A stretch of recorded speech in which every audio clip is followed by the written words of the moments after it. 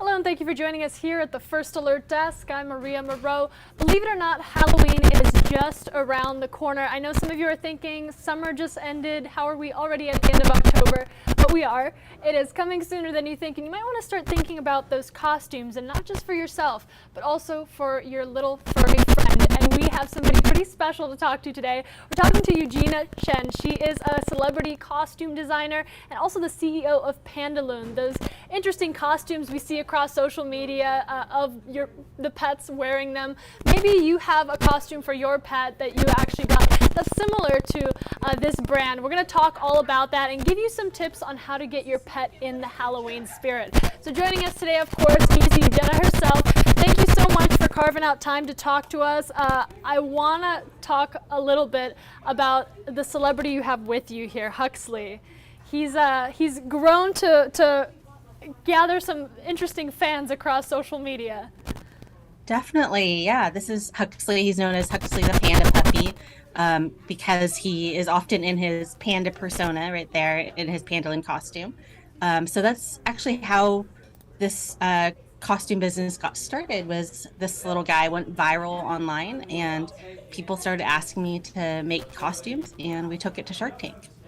And it has just blown up since then. But you're not only a costume designer, you actually help people get excited to get their pets involved in dressing up, in things like getting ready for Halloween. So what you're going to do today is share with us some tips on how to get our pet, much like Huxley, in the mood to wear those costumes, because oftentimes it can be like a WWE wrestling match.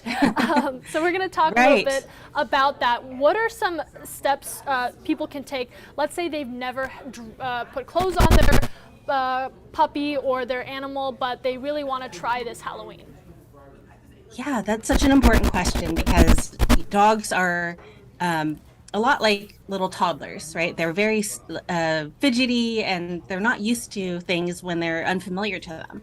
So we really want to introduce things to them gradually, gently, and with positive reinforcement. So one way that we might do that, like if I had little Huxley here, and he was getting used to a costume for the very first time, what I would do is I would hold the costume and just bring it just near his body and start treating him for touching the costume, smelling the costume, being comfortable and confident with the costume.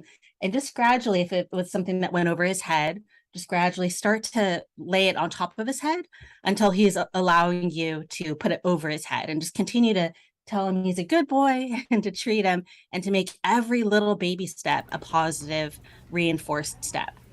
And let's talk a little bit about those positive reinforcements. So I know my dog personally is very food motivated.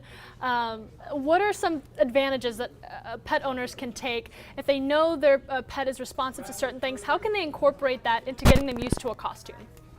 Yeah, definitely. So having food motivations an easy one because we can just grab a few treats in our hand, and so as we introduce the costume around their body or on their body, we just give them a little treat for sniffing costume, expressing interest, and being confident and calm with it, and that way they start to associate, oh, wearing this costume is a ton of fun. I get treats, I get attention, I'm told I'm a good boy or good girl, and they start to really enjoy it, just like a lot of dogs come around to enjoy a harness because they know, oh, it's time to go for a walk. That's super fun.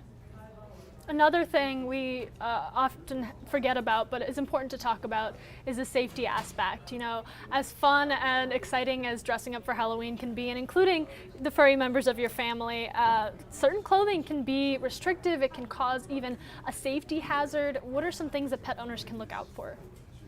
Well, the first thing I think we have to look at is how we supervise our pets. If we put a costume on them, we have to still, pay attention and make sure that it hasn't slipped and doesn't, constricted any of their movement. We have to really be responsible for our pets, all the time, of course, but especially when we're having them wear something that they may not wear all the time. So we want to keep an eye on them and make sure that nothing is inhibiting their movement or, of course, their health. And the second thing is, I think, depending on where you live, it can be warm on Halloween. So we want to make sure that we're choosing the costume that is appropriate for that temperature, or we make sure that costume wearing is something that we supervise and maybe kept brief if you're in a slightly warmer area. And I know you're not a veterinarian, so I'm not going to put you on the spot, but are there things to look out for between, a pet just being unfamiliar with having articles of clothing on them versus trying to signal you that, hey, something's wrong? Yeah, I think that as, like responsible pet parents, it's really important to know body language. So there's really simple body language things that everyone can look out for. So with dogs, something you want to look out for, like on Huxley, I'll point out here, is that, his ears are up, he's interested, his body is relaxed, his mouth is often relaxed, and so it looks like he's smiling. Those are things that are, positive signs that your pet's having a good time. Whereas, if their ears are showing that they're uncomfortable, if their jaw is clenched, if their body language is stiff, then we know, okay, we might need to back it up and try to go more gradually and gently.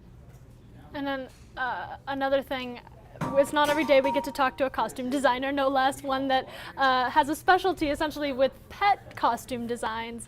How did this all start for you? Was there just a pet costume that you saw yourself, or was this a lifelong thing you were doing?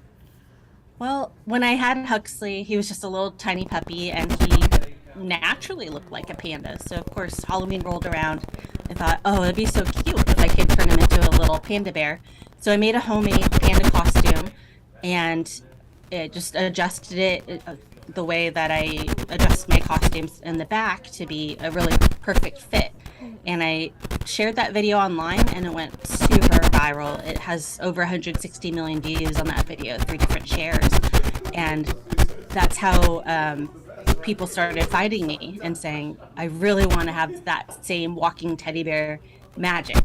So I ended up hiring a local seamstress and finding like a sewing company and creating a whole line of costumes. So now we have a whole plush teddy bear zoo.